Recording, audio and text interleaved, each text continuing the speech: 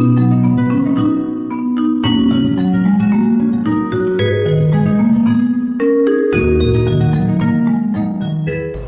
Friends, എല്ലാവർക്കും Aisha stream വേൾഡിൻ്റെ പുതിയൊരു വീഡിയോയിലേക്ക് സ്വാഗതം. ഇന്ന് നമ്മൾ പൊറോട്ട വെച്ചിട്ട് വളരെ പെട്ടെന്ന് ഉണ്ടാക്കിയെടുക്കാൻ പറ്റുന്ന ഒരു സ്നാക്സാണ് തയ്യാറാക്കിയെടുക്കുന്നത്. ഇത് നല്ല സോഫ്റ്റുമാണ്, കഴിക്കാനും നല്ല ടേസ്റ്റാണ്. അപ്പോൾ നിങ്ങൾ വീഡിയോ സ്കിപ്പ് ചെയ്യാതെ മുഴുവനായിട്ടും കണ്ടു നോക്കൂട്ടോ. എന്നിട്ട് നമ്മുടെ വീഡിയോ നിങ്ങൾക്ക് ഇഷ്ടമാവുകയാണെങ്കിൽ ലൈക്ക് ചെയ്യാനും ഹൈപ്പ് ചെയ്യാനും, അതുപോലെ ഈ വീഡിയോ നിങ്ങളുടെ ഫ്രണ്ട്സിനും ഫാമിലിയിലേക്കൊക്കെ ഒന്ന് ഷെയർ ചെയ്ത് കൊടുക്കാനും, ചാനൽ സബ്സ്ക്രൈബ് ചെയ്യാതെ ആരെങ്കിലും കാണുന്നവരുണ്ടെങ്കിൽ സബ്സ്ക്രൈബ് ചെയ്ത് സപ്പോർട്ട് ചെയ്യാനൊന്നും മറന്നു പോകരുത് കേട്ടോ.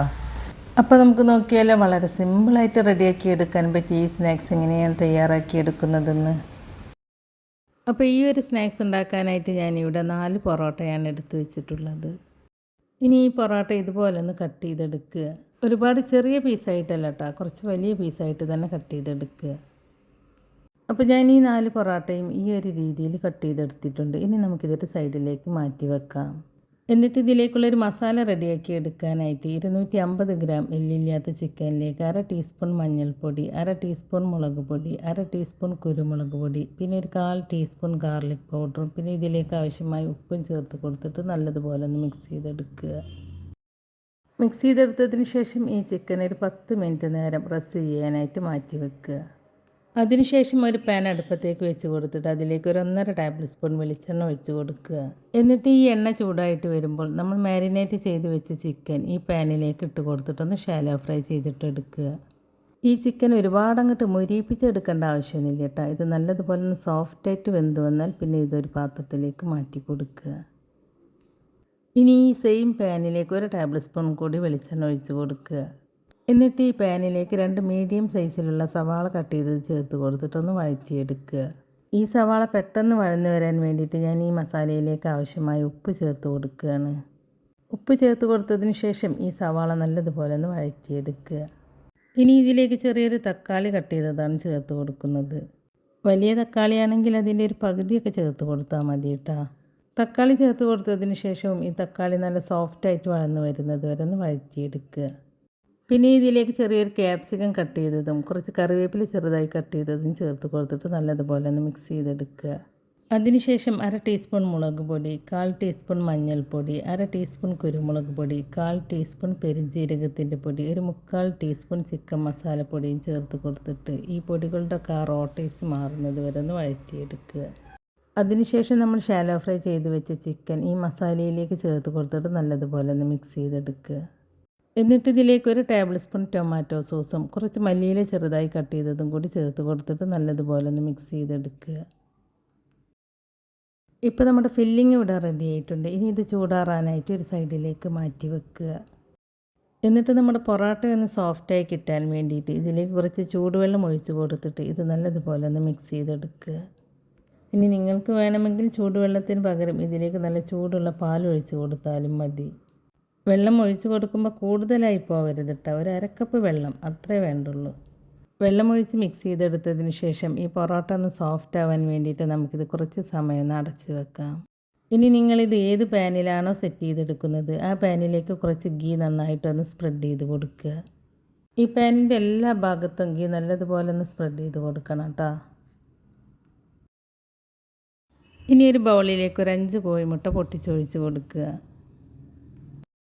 അതിനുശേഷം ഈ കോഴിമുട്ട ഒരു മിക്സിയുടെ ജാറിലേക്ക് ചേർത്ത് കൊടുക്കുക. പിന്നെ ഇതിലേക്ക് 1/2 കപ്പ് പശുവും പാലും, ഇതിലേക്ക് ആവശ്യമായ ഉപ്പും 1/2 ടീസ്പൂൺ കുരുമുളക് പൊടിയും കൂടി ചേർത്ത് കൊടുത്തിട്ട് ഇതെല്ലാം കൂടി നല്ലതുപോലെ ഒന്ന് ബ്ലെൻഡ് ചെയ്തെടുക്കുക. ഇപ്പോൾ ഞാനിത് നല്ലതുപോലെ ഒന്ന് ബ്ലെൻഡ് ചെയ്തെടുത്തിട്ടുണ്ട്. ഇനി ഇതൊരു ബൗളിലേക്ക് മാറ്റി കൊടുക്കുക. ഇപ്പോൾ നമ്മുടെ പൊറോട്ട നല്ലതുപോലെ സോഫ്റ്റായി കിട്ടിയിട്ടുണ്ട്. ചൂട് പാലായാലും ചൂട് വെള്ളമായാലും കുതിർത്തെടുക്കുമ്പോൾ കൂടി പോകരുത് കേട്ടോ. കൂടിപ്പോയാൽ പൊറോട്ട വല്ലാതെ അങ്ങോട്ട് ഉടഞ്ഞു പോകും. പൊറോട്ട വല്ലാതെ അങ്ങോട്ട് ഉടഞ്ഞു പോകാതെ ഇതുപോലെ ഒരു പീസ് മറ്റൊരു പീസും തൊടാതെ കിട്ടണം. ഇനി ഈ പൊറോട്ടയിൽ നിന്നും കുറേശ്ശെ എടുത്തിട്ട് ഈ മുട്ടയുടെ മിക്സിലൊന്ന് ഡിപ്പ് ചെയ്തിട്ട് നമ്മൾ സെറ്റ് ചെയ്തെടുക്കുന്ന പാത്രത്തിൽ ഇതുപോലെ നിരത്തി വെച്ച് കൊടുക്കുക. ഈ പൊറോട്ടയിൽ നിന്നും പകുതി നമ്മൾ എടുത്തിട്ട് ഈ ഫസ്റ്റ് ലെയറിൽ വെച്ച് കൊടുക്കുന്നുണ്ട് കേട്ടോ. ഈ പാനിൻ്റെ എല്ലാ ഭാഗത്തും ഒരേപോലെ ആവുന്ന രീതിയിൽ വേണം കേട്ടോ ഇത് വെച്ച് കൊടുക്കാനായിട്ട്.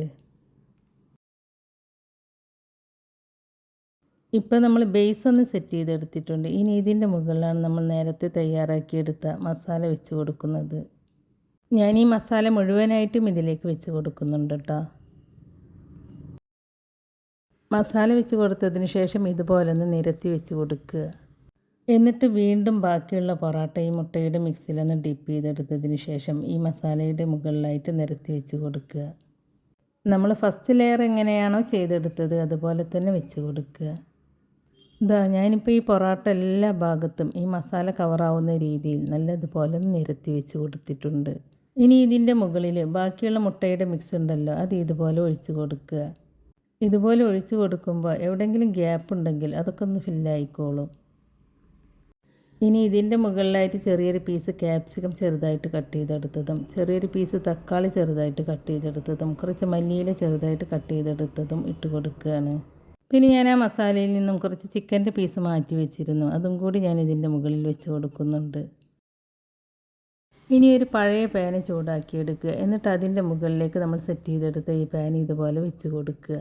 എന്നിട്ട് എന്നും പറയും പോലെ ഇതുപോലത്തെ ഗ്ലാസിൻ്റെ ലിഡാണെങ്കിൽ ഇതുപോലെ ഒരു ഹോൾ ഉണ്ടാകും. അതൊരു ഫോയിൽ പേപ്പറോ അല്ലെങ്കിൽ വേറെ എന്തെങ്കിലും കൊണ്ട് അതൊന്ന് അടച്ചു കൊടുക്കുക. എന്നാലേ ചൂട് എല്ലാ ഭാഗത്തും ഒരേപോലെ കിട്ടിയിട്ട് ഇത് നല്ലതുപോലെ വെന്ത് കിട്ടുള്ളൂ.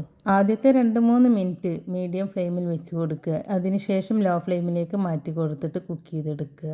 ഇതിൻ്റെ കുക്കിംഗ് ടൈം എന്ന് പറയുന്നത് ഓരോരുത്തരും എടുക്കുന്ന പാനിൻ്റെ വലിപ്പത്തിനനുസരിച്ചും ഫ്ലെയിമിനനുസരിച്ചും ഒക്കെ കുക്കിംഗ് ടൈമിൽ വ്യത്യാസം ഉണ്ടാവും.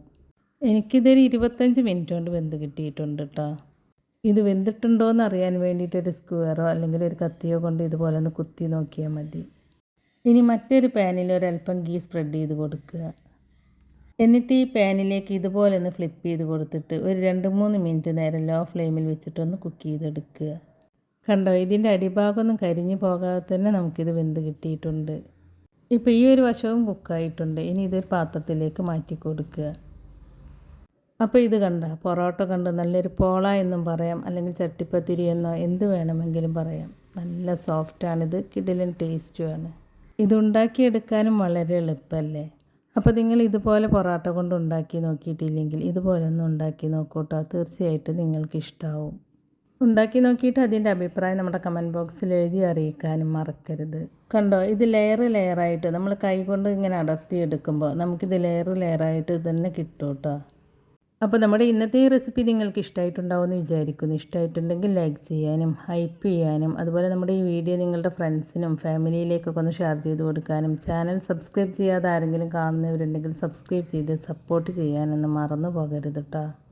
സബ്സ്ക്രൈബ് ചെയ്യുമ്പോൾ കൂടെ കാണുന്ന നോട്ടിഫിക്കേഷൻ ബെല്ല് കൂടി ഓണാക്കി വെക്കുകയാണെങ്കിൽ ഞാൻ പുതിയ റെസിപ്പീസ് അപ്ലോഡ് ചെയ്യുമ്പോൾ അതിൻ്റെ നോട്ടിഫിക്കേഷൻ നിങ്ങൾക്ക് കിട്ടുന്നതാണ്. അപ്പോൾ ഇൻഷാ അല്ലാഹ് പുതിയ റെസിപ്പീസുമായി ഞാൻ വീണ്ടും വരാം. താങ്ക്